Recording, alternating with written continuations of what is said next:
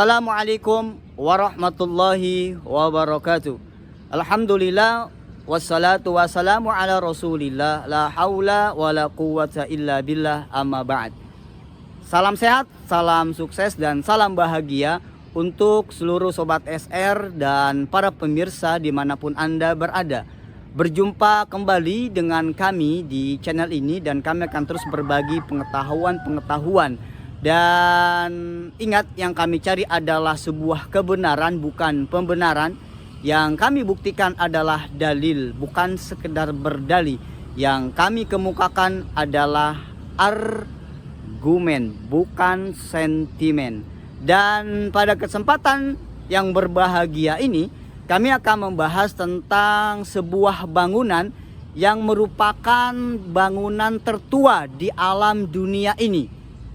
Bangunan itu adalah Ka'bah Al-Musyarrafah, yang keberadaannya ini berada di tengah-tengah masjid yang paling suci bagi umat Islam di seluruh dunia, yang kita kenal dengan Masjidil Haram. Dan kita tahu bahwa posisi atau keberadaan Masjidil Haram ini berada di tanah suci Makkah Al-Mukarramah. Di tempat inilah kemudian kaum muslimin umat Islam melaksanakan ibadah haji atau umroh, yang jika mereka berada di Ka'bah Al-Musyarrafah ini melakukan ibadah tawaf dengan melakukan keliling mengitari Ka'bah sebanyak 7 kali. Dan di tempat inilah juga umat Islam di seluruh dunia diharuskan menghadap ke arah kiblat Ka'bah Musyarrafah Baitullah. Ada beberapa benda-benda dan ada beberapa hal-hal yang sangat unik di Ka'bah Al-Musyarrafah ini. Yang pertama, kita tahu bahwa di Ka'bah Al-Musyarrafah ini terdapat sebuah batu yang kita kenal dengan Hajar Aswad. Ada sebagian riwayat mengatakan bahwa batu ini, Hajar Aswad ini berasal dari surganya Allah Subhanahu wa taala. Konon bahwa dalam riwayat yang lain batu ini berawalnya berwarna putih, kemudian dia berubah menjadi warna hitam karena banyak dicium oleh umat manusia yang sudah jelas mereka banyak dosa. Nah, Hajar Aswad ini disebut juga sebagai batu hitam. Kemudian juga di antara Hajar Aswad dengan pintu Ka'bah Al-Musyarrafah ini ada nama tempat yang kita kenal dengan Multazam. Ini adalah sebuah tempat yang paling mustajab di Masjidil Haram, di Ka'bah Baitullah. Dan banyak bagi kaum muslimin maupun muslimat ini melakukan doa meminta kepada Allah ini di Multazam. Kemudian juga di sekitar Ka'bah Baitullah ini juga ada namanya Makam Ibrahim. Jadi Makam Ibrahim ini adalah batu yang ada tanda atau bekas kakinya Nabiullah Ibrahim ketika merenovasi bangunan Ka'bah pada saat itu. Nah, ini diabadikan. Dan ada sebuah keterangan yang keliru dari kebanyakan orang yang mengatakan bahwa Makam Ibrahim ini adalah sebuah kuburan atau makamnya Nabi Ibrahim. Jadi salah besar kalau itu dikatakan sebagai kuburannya Nabi Ibrahim. Itu adalah tempat pijakan batu Ibrahim yang membekas telapak kakinya di sebuah batu ketika ingin merenovasi Ka'bah Baitullah. Kemudian juga di Ka'bah Al-Musyarrafah Baitullah ini ada terdapat Hijr Ismail. Jadi bangunan setengah lingkaran seperti tembok, tingginya kira-kira 1 meteran lah. Ini juga termasuk bagian dari Ka'bah Baitullah. Nah, Hijr Ismail ini juga bukan merupakan kuburan Nabi Ibrahim. Jadi Hijr ini adalah pembatas atau tempat berteduh. Kenapa dinamakan Hijr Ismail? Karena riwayatnya bahwa Nabi Ibrahim saat itu bersama istri dan anaknya sedang berteduh, maka dinamakan di Hijr Ismail itu, atau tempat itu dinamakan sebagai Hijr Ismail. Kemudian juga di dalam Masjidil Haram di sekitar Ka'bah Baitullah Al-Musyarrafah ini juga terdapat Ma'u Zamzam, sumur Zamzam. Kira-kira 20 meter dari Ka'bah Al-Musyarrafah ini, sebuah sumur yang luar biasa yang nanti insya Allah kita akan bahas tentang sumur air Zamzam ini secara khusus insya Allah. Dan para pemirsa dan para sobat SR dimanapun Anda berada, menjadi sebuah pertanyaan bagi kita, sebenarnya siapakah yang membangun Ka'bah Baitullah Al-Musyarrafah ini? Kita akan coba bahas, kita coba akan lanjutkan setelah jeda berikut ini.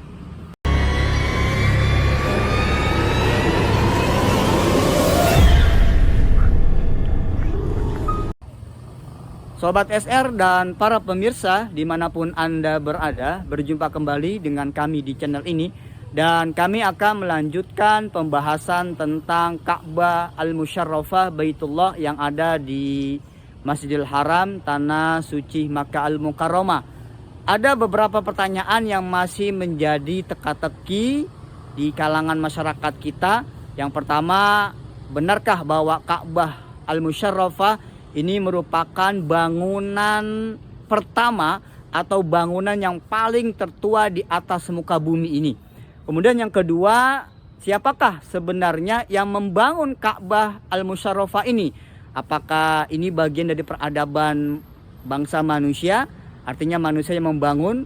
Kemudian yang kedua, apakah ini merupakan peradaban dari bangsa jin? Artinya bangsa jin yang membangunnya.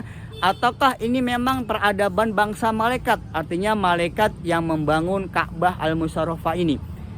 Para sobat dan para pemirsa, kalau kita melihat di dalam surat Ali Imran ayat yang ke-96. Nanti para pemirsa bisa melihat di dalam Al-Quran surat tersebut, di mana Allah menyatakan firman-Nya yang mulia, a'udzubillahi minasyaitonirrajim, inna awwala baiti wudi'a lin-nasi lalladzi bi Bakkah mubarakan. Jadi arti dari ayat yang mulia itu, sesungguhnya rumah yang pertama kali dibangun untuk umat manusia. Yang dimaksudkan dengan rumah di sini, kalau kita melihat beberapa tafsir seperti tafsir Al-Maraghi, tafsir Ibnu Katsir, tafsir Imam Al-Qurtubi, dan tafsir-tafsir yang lainnya, arti rumah di sini adalah tempat ibadah yang pertama kali dibangun untuk manusia beribadah kepada Allah adalah Ka'bah Al-Musyarrafah. Jadi kalau kita melihat kepada ayat ini, bahwasanya benar bahwa Ka'bah merupakan bangunan yang pertama kali yang berada di atas muka bumi ini yang diperuntukkan kepada umat manusia beribadah kepada Allah Subhanahu wa taala sebelum adanya bangunan-bangunan yang lainnya. Nah, kemudian siapakah sebenarnya yang membangun Ka'bah Al-Musyarrafah ini? Ada beberapa cerita-cerita yang beredar di tengah masyarakat kita. Ada yang mengatakan bahwa yang membangunnya adalah Nabi Adam alaihissalam. Kemudian ada yang mengatakan yang membangunnya adalah Nabiullah Ibrahim dan putranya Ismail alaihissalam. Nah, para pemirsa dan para sobat SR, kalau kita kembali melihat dan merujuk kepada Al-Quran di dalam surat Al-Baqarah ayatnya 127.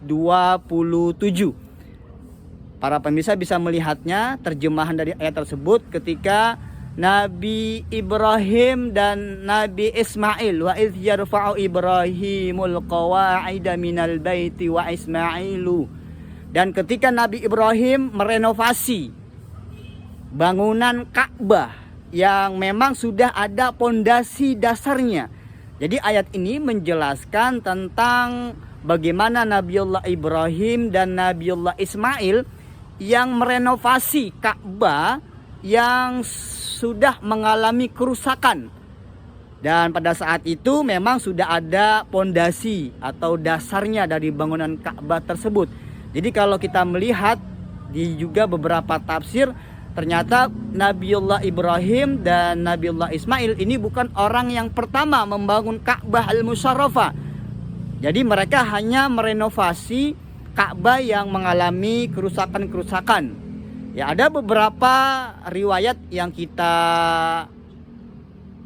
lihat dan kita ketahui di dalam buku Sirah Nabawiyah Ibnu Hisham, bahwasannya Ka'bah ini berdasarkan surat Ali Imran ayat 96 dan surat Al-Baqarah ayat 127, ternyata bukan Nabi Adam dan juga bukan Nabi Ibrahim dan Ismail yang membangun pertama kali Ka'bah Al-Musharrafah. Jadi ternyata yang membangun adalah bangsa malaikat yang diperuntukkan untuk manusia beribadah kepada Allah Subhanahu wa taala.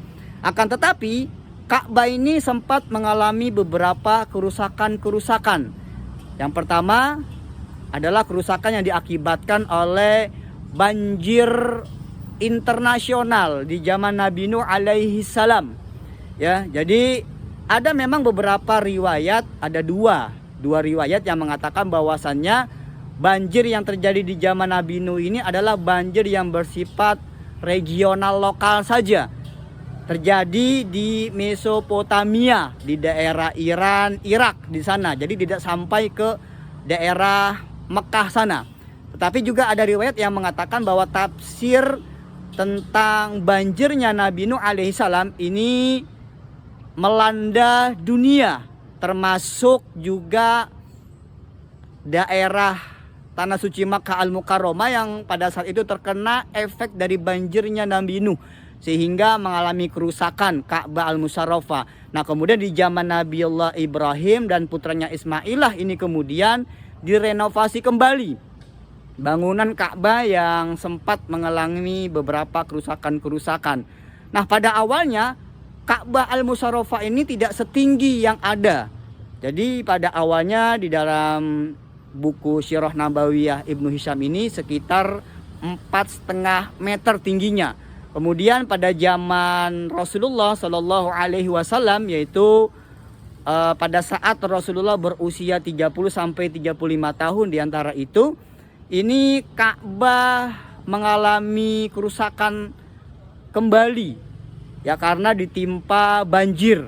Kemudian masyarakat pada saat itu tidak berani untuk merenovasi Ka'bah karena khawatir akan terjadi musibah dan celaka seperti kasusnya Abraha yang ingin menghancurkan Ka'bah pada saat itu dengan pasukan gajahnya. Kemudian Allah hancurkan mereka dengan burung yang mengangkat batu-batu kerikil tanah yang berasal dari api neraka dan menghancurkan Raja Abraha pada saat itu dengan pasukan gajahnya. Nah, melihat kondisi Ka'bah pada saat itu yang sudah rusak, kemudian Walid bin Mughirah ini salah seorang yang cukup berani untuk melakukan renovasi Ka'bah yang sudah mengalami kerusakan pada saat itu.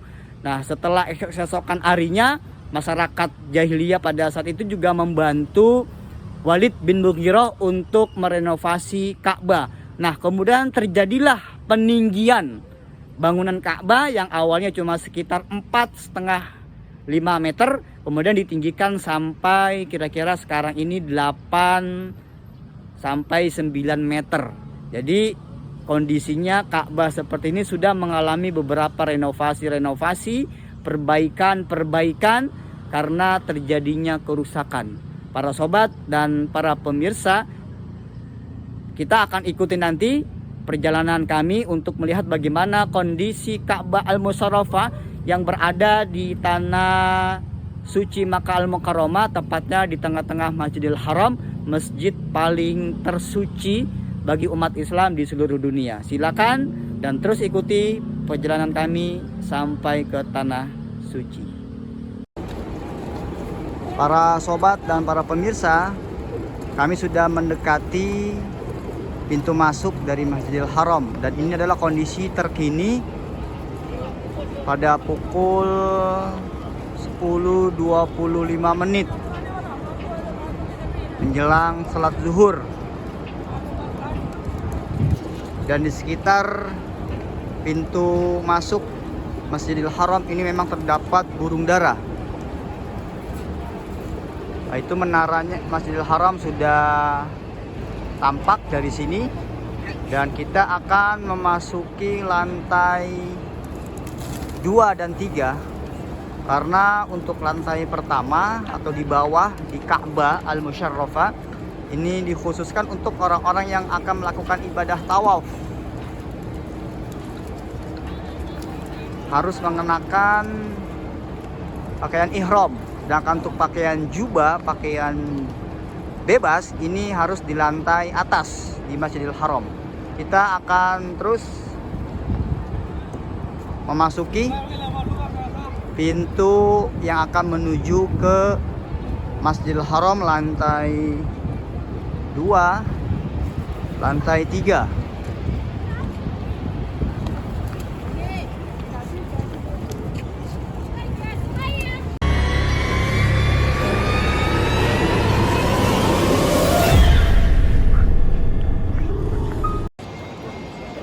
Para sobat dan para pemirsa, ini adalah kaum muslimin muslimat yang melaksanakan ibadah tawaf di Ka'bah Baitullah pada saat siang hari. Suasana panasnya tak mampu menghalangi keinginan mereka untuk melaksanakan ibadah tawaf di Ka'bah Al-Musyarrafah ini. Dan sangat luar biasa bahwa marmer yang ada di bawah Ka'bah ini, meskipun siang tengah hari diterik matahari yang panas dan suhu sekitar 40 derajat, ini tetap dalam kondisi dingin, tidak panas, luar biasa.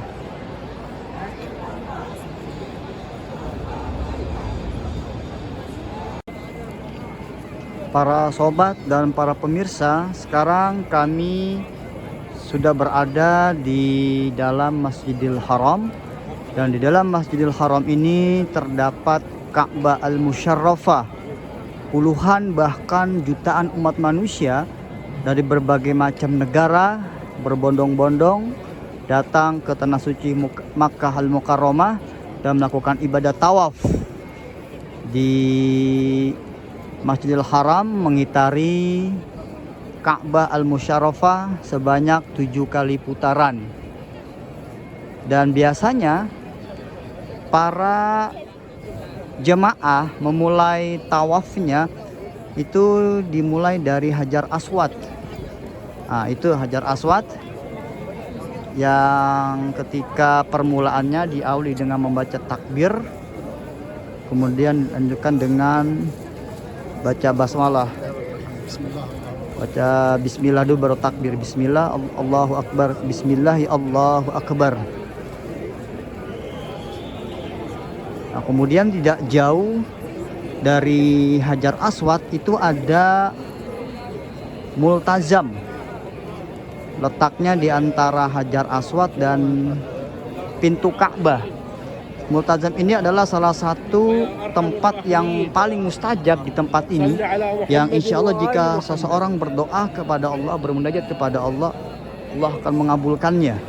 Makanya banyak sekali penumpukan kaum muslimin berada di depan Multazam untuk memohon dan meminta kepada Allah. Nah, itu pintu Ka'bah yang berwarna kuning, ada tulisan Arabnya. Dan para sobat, para pemirsa, jika melihat ada seperti sarang burung berwarna kuning itu emas ya, itu adalah Maqam Ibrahim. Maqam Ibrahim ini bukan kuburannya Nabi Ibrahim, tetapi Maqam Ibrahim ini adalah tempat berpijaknya Nabiullah Ibrahim ketika dia bersama putranya Ismail alaihi wassalam ini merenovasi kembali bangunan Ka'bah. Kemudian di sana ada Hijr Ismail